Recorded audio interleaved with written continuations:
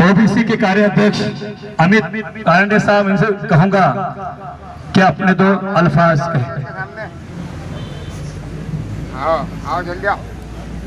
उपस्थित भाई और बहनों, आप सभी जानते हैं कि कोल्हापुर से माननीय अशोकराव जी चौहान साहब के नेतृत्व में महाराष्ट्र प्रदेश कांग्रेस कमेटी ने जनता के दुख दर्द में शामिल होने के लिए और उनकी आवाज को मजबूत करने के लिए कोल्हापुर से जन संघर्ष यात्रा शुरू की है। भाई और बहनों, आप जानते हैं कि पिछले 4 साल में इस सरकार ने, महाराष्ट्र की सरकार ने और देश की सरकार में कैसे लोगों को गुमराह करके सत्ता में आकर लोगों का विश्वासघात किया है। उन्होंने बड़े बड़े जुमले दिए, 15-15 लाख के जुमले दिए, ये करेंगे वो करेंगे कहा। देश के विकास के नाम पे आज उन्होंने, आप देख रहे हैं कि समाज में झगड़े लगाने का काम किया है। आज आप देख सकते हैं कि देश में जो बलात्कार बढ़ रहे हैं, लोगों के जुल्म बढ़ रहे हैं, कहीं भी रोजगार नहीं मिल रहा है, देश का जो आर्थिक विकास है वो कम हो रहा है, बेरोजगारी बढ़ रही है, लेकिन ये सरकार सिर्फ जुमलों में फंसी है। आप समझ सकते हैं कि पिछले 4 साल में इन्होंने कुछ भी नहीं किया और 60 साल में कांग्रेस ने क्या किया, इसके बारे में आप ये पूछते हैं हमें।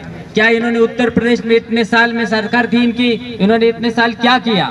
उन्होंने मध्य प्रदेश में, छत्तीसगढ़ में इनकी सरकार थी, उन्होंने उधर क्या किया?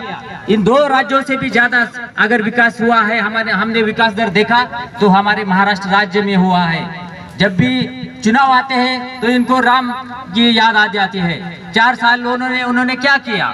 इन्होंने किसने रोका था? लेकिन अब इनको पता चल गया है कि हम फिर से सत्ता में नहीं आ सकते, तो सत्ता में आने के लिए सिर्फ ये राम लल्ला हम आएंगे, लेकिन तारीख नहीं बताएंगे।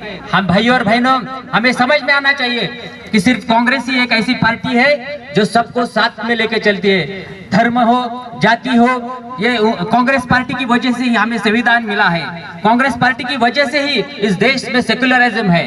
कांग्रेस पार्टी की वजह से ही इस देश में लोकशाही है और कांग्रेस पार्टी की वजह से ही जो लोकशाही जो कांग्रेस पार्टी में इस देश में बना कर रखी है, उसी वजह से एक चाय वाला इस देश का प्रधानमंत्री बना है।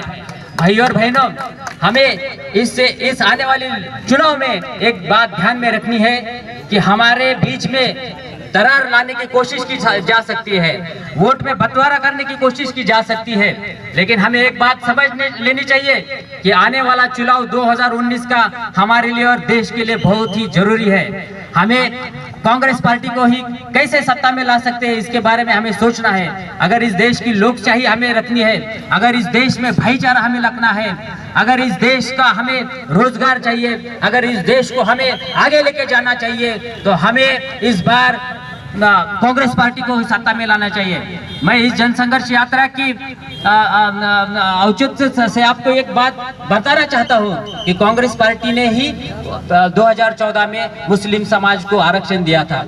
जो भी कांग्रेस पार्टी ने ऐसा कभी भी नहीं किया, इस जाति का ये करना है, उस धर्म का ये करना है। मैं आपको एक गवाह देना चाहता हूं कि चौहान साहब ने तो कहा है सिर्फ 6 महीने बचे हैं, किसी को हमें भीख मांगने की कोई जरूरत नहीं। 2019 में हम हमारी सरकार लाएंगे और हमें जो लाना है वो करके लेंगे। भाई और बहनों, मैं आज यही कहूंगा कि हमें 2019 में बहुत ही चौकन्ना रहना है। कुछ भी किया जा सकता है, लेकिन हमें किसी भी हालत में कांग्रेस पार्टी को फिर से सत्ता में लाना है। धन्यवाद। जय हिंद।